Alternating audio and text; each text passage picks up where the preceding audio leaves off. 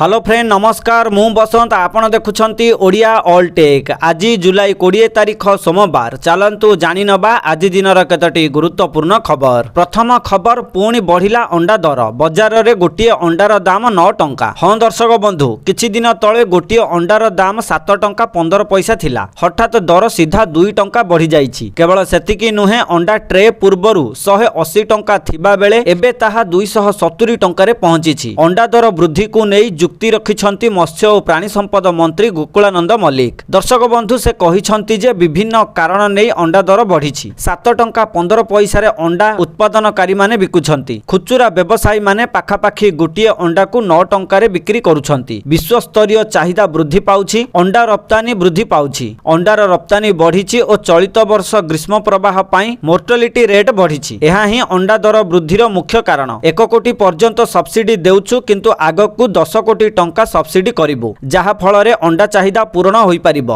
वर्तमान सेतेबेले दर कमिबो जेतेबेले उत्पादन हार बढ़िबो। प्रतिदिन 2 कोटी अंडा उत्पादन पई लक्ष्य रखिछंती सरकार। ए नै मत्स्य और प्राणी संपद मंत्री गोकुलानंद मल्लिक सूचना देइछंती बोली खबर मिलिछि। परवर्ती खबर आयुष्मान कार्ड रे मिलिबो कर्कट रोग चिकित्सा। हां दर्शक बंधु एणिकी आयुष्मान भारत कार्ड रे कैंसर चिकित्सा सुविधा मिलिबो। ए नै शनिवार स्वास्थ्य मंत्री मुकेश महालिंग सूचना देइछंती। बजेट रे मुख्यमंत्री कैंसर आरोग्य योजना सामिल होईछि।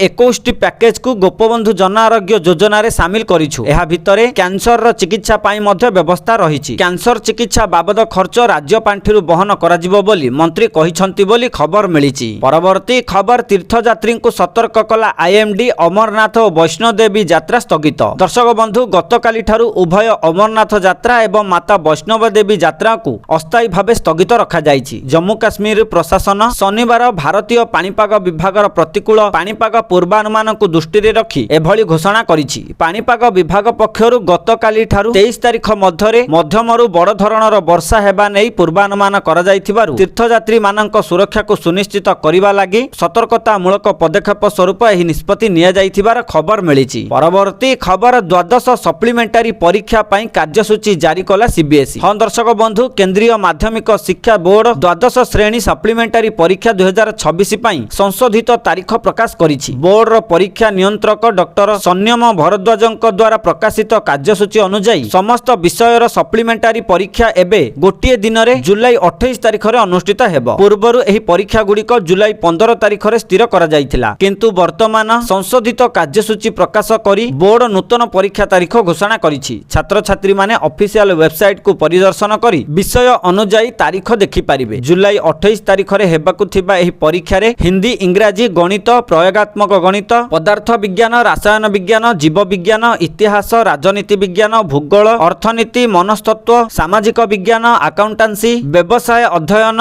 कंप्यूटर विज्ञान सूचना विज्ञान अभ्यास शारीरिक शिक्षा गृह विज्ञान उद्योगिता आईन अध्ययन बायोटेक्नोलॉजी एवं अन्यान्य भाषा एवं वृत्तिगत विषय अंतर्भुक्त। एही समस्त विषय पई परीक्षा सकाळ 10:30 रु आरंभ होई अपराह्न 1:30 पर्यंत चलिबो। दर्शक बंधु सीबीएसई किछि विषय पई 2 घंटा परीक्षा सूची करिछि। एथिरे हिंदुस्तानी संगीत चित्रकला वाणिज्यिक कला जोग प्रारंभिक शैशव जत्न एवं शिक्षा एआई डाटा साइंस एवं शारीरिक कार्यकलाप प्रशिक्षक अंतर्भुक्त। एही विषय गुड़िकर परीक्षा सकाळ 10:30 रु मध्याह्न 12:30 पर्यंत अनुष्ठित हेबो। मूल विषय गुड़िक व्यतीत जुलाई 28 तारीख रे अनेक वृत्तिगत विषय पई परीक्षा मध्ये अनुष्ठित हेबो बोली खबर मिलिछि। परवर्ती खबर जन्मवेदी रे विजय महाबाहु आड़प दर्शन पई श्रद्धालुंक प्रबल भिड़। दर्शक बंधु शनिवार राति रे जन्मवेदी रे विजय होइछंती चतुर्धा मूर्ति। सेवक माने रथारूढ़ श्री विग्रह को गोटी पहंडी रे नै आड़प मंडप रे अधिष्ठित करिछंती। दर्शक बंधु गतकाली ठारु भक्त माने ठाकुरंक आड़प दर्शन पाइबार सौभाग्य लभिछंती। गुंडीचा मंदिर रे मिलुछि चलित वर्षर आड़प भड़ा। श्रीमंदिर प्रशासन द्वारा नीति निर्घंट अनुसार ठाकुरंक सकाळ धूप पूर्वाह्न 10:30 रु 12टा और भोग मंडप 12:30 रु 1:30 मध्यरे हेबो। पर श्रद्धालु माने आनंद बजार रे अन्न प्रसाद पाई परिबे बोली खबर मिलिछि। परवर्ती खबर आज पश्चिम और उत्तर ओडिशा रे छेचिबो वर्षा। 7 जिला को येलो वार्निंग जारी उपकूल को आश्वस्ति।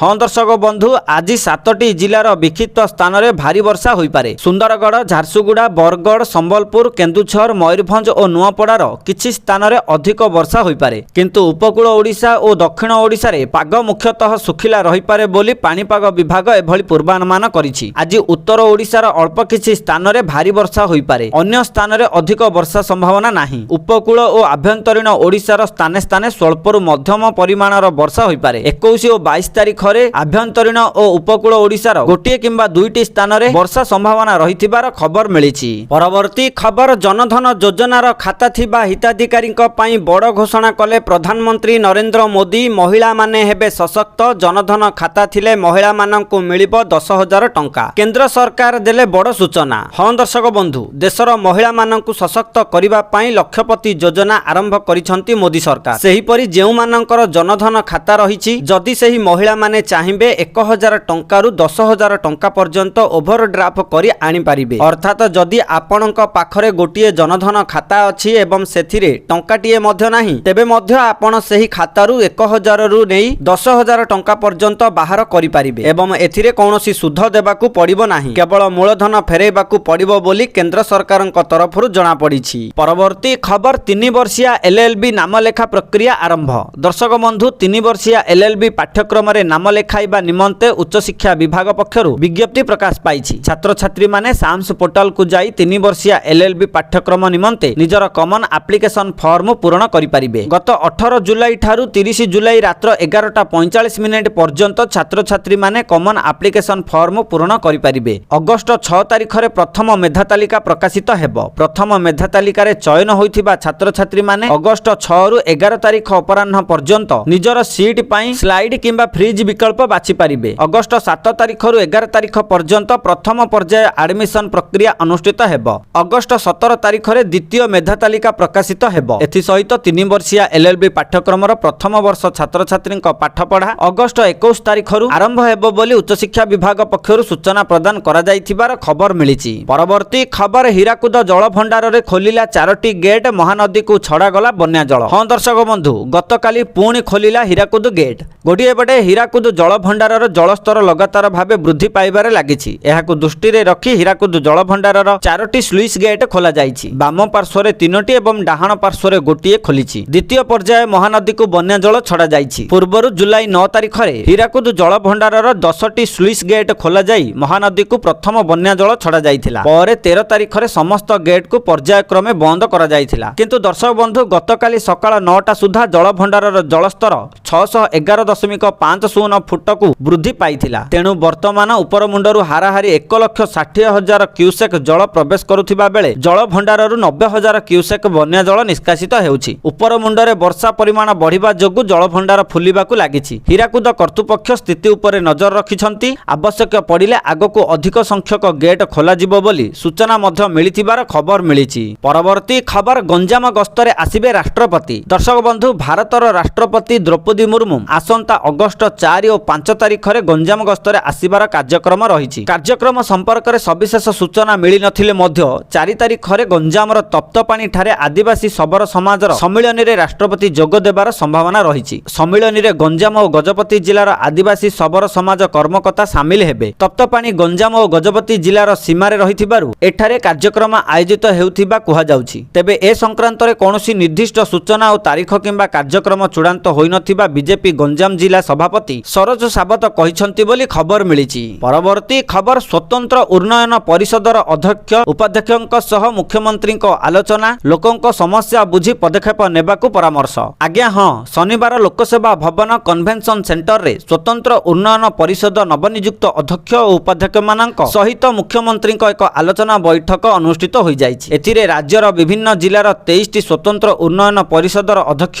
ଓ ଉପାଧ୍ୟକ୍ଷମାନେ ଯୋଗ ଦେଇଥିଲେ। ଏହି କାର୍ଯ୍ୟକ୍ରମରେ ମୁଖ୍ୟମନ୍ତ୍ରୀ କହିଥିଲେ ଯେ ଆଦିବାସୀମାନଙ୍କ ବିକାଶ ପାଇଁ ସ୍ୱତନ୍ତ୍ର ଭାବେ ପଦକ୍ଷେପ ନିଆଯାଇଛି। ଆମ ପାଇଁ ରାଜନୀତି କ୍ଷମତା ଭୋଗ କରିବାର ମାଧ୍ୟମ ନୁହେଁ, ବରଂ ଅନ୍ତିମ ଧାଡ଼ିରେ ଥିବା ଗରିବ ଲୋକର ସେବା କରିବାର ମାଧ୍ୟମ, ଯାହାକୁ ଆମେ ଅନ୍ତୋଦୟ କହୁ। ତେଣୁ ଆପଣମାନେ ଅନ୍ତିମ ଧାଡ଼ି ପର୍ଯ୍ୟନ୍ତ ପହଞ୍ଚି ଲୋକଙ୍କ ପାଇଁ କାମ କରନ୍ତୁ ବୋଲି ମୁଖ୍ୟମନ୍ତ୍ରୀ ମୋହନ ଚରଣ ମାଝୀ ସ୍ୱତନ୍ତ୍ର ଉନ୍ନୟନ ପରିଷଦ ନବନିଯୁକ୍ତ ଅଧ୍ୟକ୍ଷ ଓ ଉପାଧ୍ୟକ୍ଷମାନଙ୍କୁ ପରାମର୍ଶ ଦେଇଥିଲେ ବୋଲି ଖବର ମିଳିଛି। ପରବର୍ତ୍ତୀ ଖବର, ଯାଞ୍ଚ ହେବ ଜବତ ମୂଳ ପାଣ୍ଡୁଲିପି। ଦର୍ଶକ ବନ୍ଧୁ, ପାଠ୍ୟପୁସ୍ତକ ତ୍ରୁଟିର ମୂଳ କାରଣ କ'ଣ, ଏହାର ଚେର କେଉଁଠି ଲମ୍ବିଛି, ଏସବୁକୁ ତନ୍ନ କରି ଯାଞ୍ଚ କରୁଛି କ୍ରାଇମବ୍ରାଞ୍ଚ। ତଦନ୍ତ ଦାୟିତ୍ୱ ନେବାକୁ କ୍ରାଇମବ୍ରାଞ୍ଚ ଲଗାତାର ରାଜ୍ୟ ଶିକ୍ଷା ଗବେଷଣା ଓ ପ୍ରଶିକ୍ଷଣ ପରିଷଦକୁ ଘାଣ୍ଟୁଛି। ଏବେ ପାଠ୍ୟପୁସ୍ତକ ପ୍ରସ୍ତୁତିରେ ଜଡ଼ିତ ଥିବା ସମସ୍ତ ବ୍ୟକ୍ତିଙ୍କୁ ମାରାଥନ ଜେରା କରୁଛି। ଦର୍ଶକ ବନ୍ଧୁ, ଶନିବାର SCERTରୁ समस्त बहिर मूल पांडुलिपि सह गुरुत्वपूर्ण कागजपत्र जबत कराଯାଇଛି। दिन तमाम एससीईआरटी कार्यालय रे खोलताड़ कराଯାଇथिला। प्रथम रु अष्टम श्रेणीर समस्त नुआ पाठ्यपुस्तक जबत कराଯାଇଛି। षडयंत्रर गुमर खोलिबा पई क्राइम ब्रांच टीम 250 जन अधिकारी वरिष्ठ अधिकारी और कर्मकर्ता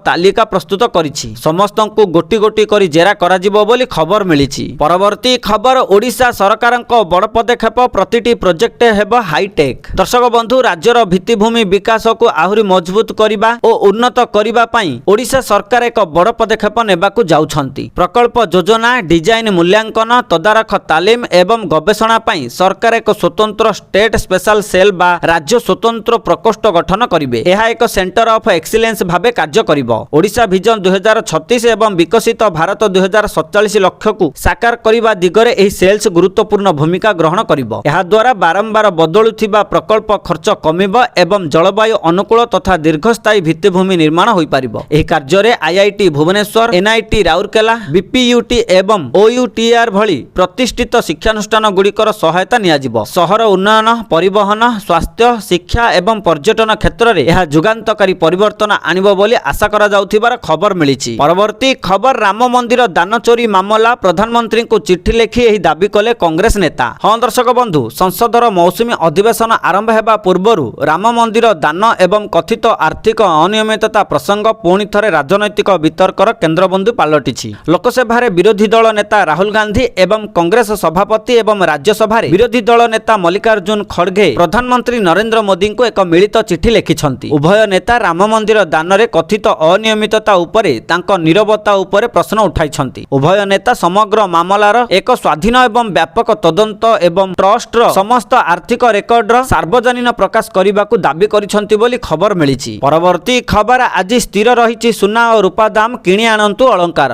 दर्शक बंधु, जदि आपण आज सुना किणिबाकू चाहुछंती बा योजना करिछंती तबे प्रथमे आजिर सुना दर जानि नियंतु। आज भारतीय बाजार रे 24 कैरेट सुनार मूल्य 1,43,290 टंका रहिथिबा बेले 22 कैरेट सुनार मूल्य 1,31,350 टंका रहिछि। सेहिपरि राजधानी भुवनेश्वर रे 24 कैरेट सुनार मूल्य 10 ग्राम पिछा 1,43,290 टंका रहिथिबा बेले 22 कैरेट सुनार मूल्य 10 ग्राम पिछा 1,31,350 टंका को पहुंचिछि। अन्यपटे रूपा मूल्य किलो पिछा 2,30,000 टंका होइछि बोली खबर मिलिछि। परवर्ती खबर आज ठारू संसदर मौसुमी अधिवेशन जनसमस्या नै सरकार को घेरिब विरोधी। दर्शक बंधु, चलित वर्षर एही अधिवेशन राजनीतिक दृष्टिकोणरू बेस गुरुत्वपूर्ण, कारण एथिरे विरोधी दलगुड़िक जनसाधारण समस्या और जवाबदेहिता को नै सरकार को घेरिबा को प्रस्तुत हेउथिबा बेले सरकार निजर विकासमूलक एजेंडा और मेगा आईनगत संस्कार को आगक बढ़ाइबा को संपूर्ण प्रस्तुत। अधिवेशनर प्रथम दिन रे इंडिया मेंटर एक गुरुत्वपूर्ण बैठक बसिबो। बैठक रे सरकारक विरोध रे एक मिलित ग्राउंड रणनीति को चूड़ांत रूप दियाजिबो। विरोधी दलगुड़िक गृह रे मुलतवी प्रस्ताव और स्वल्पकालीन आलोचना माध्यम रे सरकार को कणठेसा करने को विभिन्न मुद्दा प्रस्तुत रखिछंती। प्रथम प्रसंग नीट यूजी और पेपर लीक दुर्नीति, परीक्षा रे हेउथिबा व्यापक अनियमितता एवं कोटी कोटी छात्र छात्री